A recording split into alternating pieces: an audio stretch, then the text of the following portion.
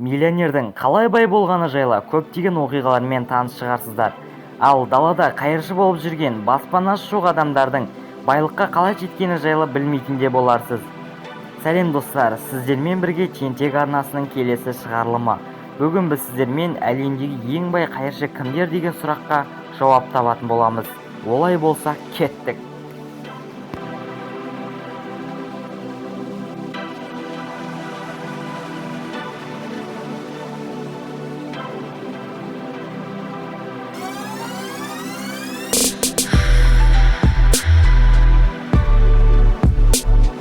Леонид Коновалов.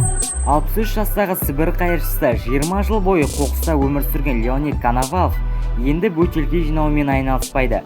Дағдарыс себебімен ресейліктер алкогольдік ішімдіктерді көп мөлшерде іше бастайды. Бұл жағдай ол үшін көмегін тигізді. Ол күніне 2000 бөтелкеден тапсырып, біраз уақыттан кейін алтын үлі бар сомаға қол жеткізді. Бұрынғы өмірінде ол әскери адам және тау-кен инженері болған. 90-шы жылдары ешкімге инженерлер қажет болмаған кезде Леонид өмірдің түбіне түсуге шешім қабылдады. Курт Дегерман. 30 жылдан астам уақыт бойы қайыр сұрап келген швед азаматы Курт Дегерман өмірінің соңына дейін $1,400,000 ақша жинаған. Бір қарағанда оның басқа қайыршы адамдардан айырмашылығы жоқ сияқты. Ол қоқыста табылған фастфудтың қалдықтарымен тамақтанып, сол жерден киінген. Ұзақ уақыт бойы ол сыра және басқа сусындардың бөтелкелерін жинаумен айналысқан.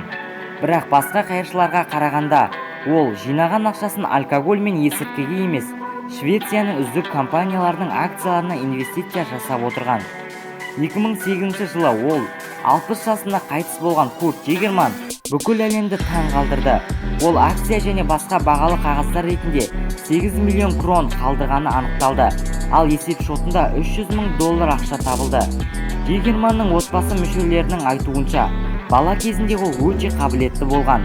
Дегенмен жеке дағдарыстың салдарынан Дегерман қоғамның астыңғы сатысына кетуге шешім қабылдаған.